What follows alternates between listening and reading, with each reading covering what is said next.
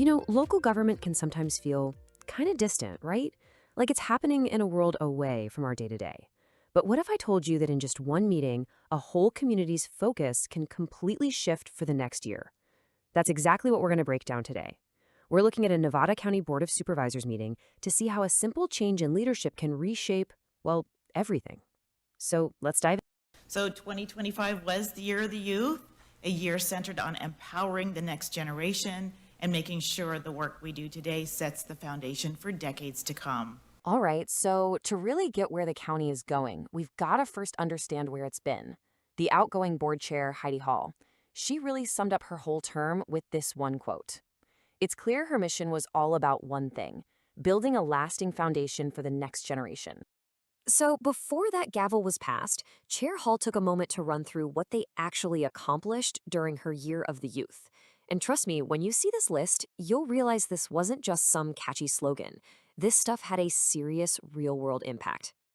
Okay, let's start with a big one. $23.7 million. That is a massive win. This money was secured to build a local psychiatric treatment center. Think about what that means. It means people can get critical care close to home without having to travel for hours. It's a huge, long-term investment, and it came directly out of that focus on the Year of the Youth. And it wasn't just that one big project.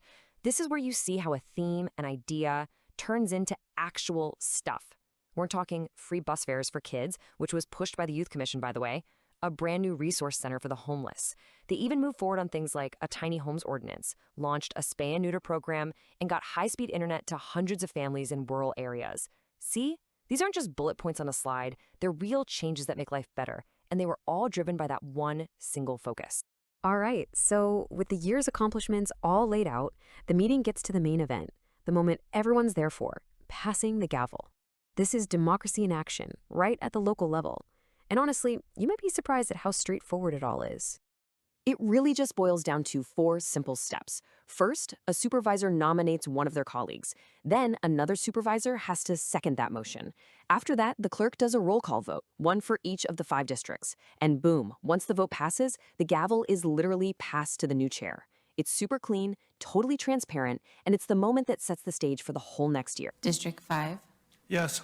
District 2, Yes. District 4, Yes. District 3, Yes. District 1. Yes. Fabulous. Congratulations. And for this particular meeting, the outcome was crystal clear. Supervisor Lisa Swarthout was elected unanimously.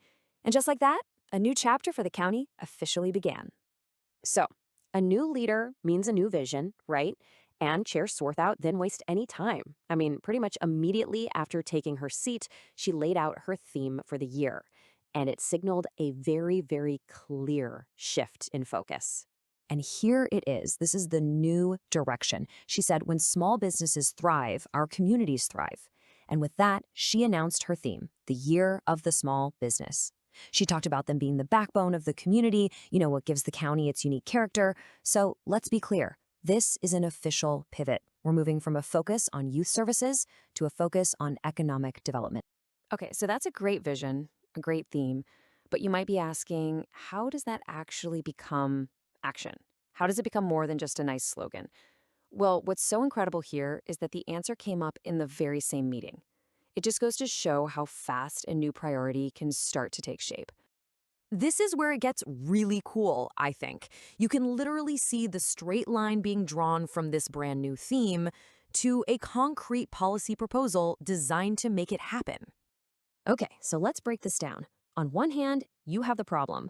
Basically, if you're a business in what's called an unincorporated area, that just means you're outside of any official city limits, you literally can't get a business license. And that's a huge problem. It creates all these hurdles when you're trying to get a loan or apply for a grant or get a contract. So what's the solution they proposed? A new, totally optional pilot program to give those businesses a county license. It's a perfect, direct answer to the problem, and it fits the new theme like a glove. And when you look at the details, you can see they really thought about making this as painless and helpful as possible. First off, it's not a mandate. It's totally voluntary. You only do it if you want to. The fee is pretty small. They're estimating around $50 a year. And it's set up as a 3-year pilot program, which is smart because it gives them a way to test it out and see if it's actually valuable. The whole point here isn't to create new rules or red tape. It's to help businesses and give the county better data to support them. So let's zoom out for a second. We've seen a look back at the past year, we've seen the leadership change, and we've even seen a new policy start to form. But what's the big picture? Why does one single meeting like this really matter to, everybody who lives there? Here's the bottom line. This is the moment. This is where the county's priorities are officially set for the next 365 days. We saw a deliberate, conscious choice to pivot from youth services to small business support. And it's just such a powerful reminder that these leadership changes aren't just for show. They have real consequences. They determine exactly where a community's time, its energy, and its money is going to go. And all of this kind of brings us to one final thought, doesn't it? We just watched how one person's vision can set the entire agenda for a county. So it kind of makes you wonder, if you were the one holding the gavel in your town, what would your theme be? What would you declare the year of? What single focus do you think would make the biggest possible difference right where you live?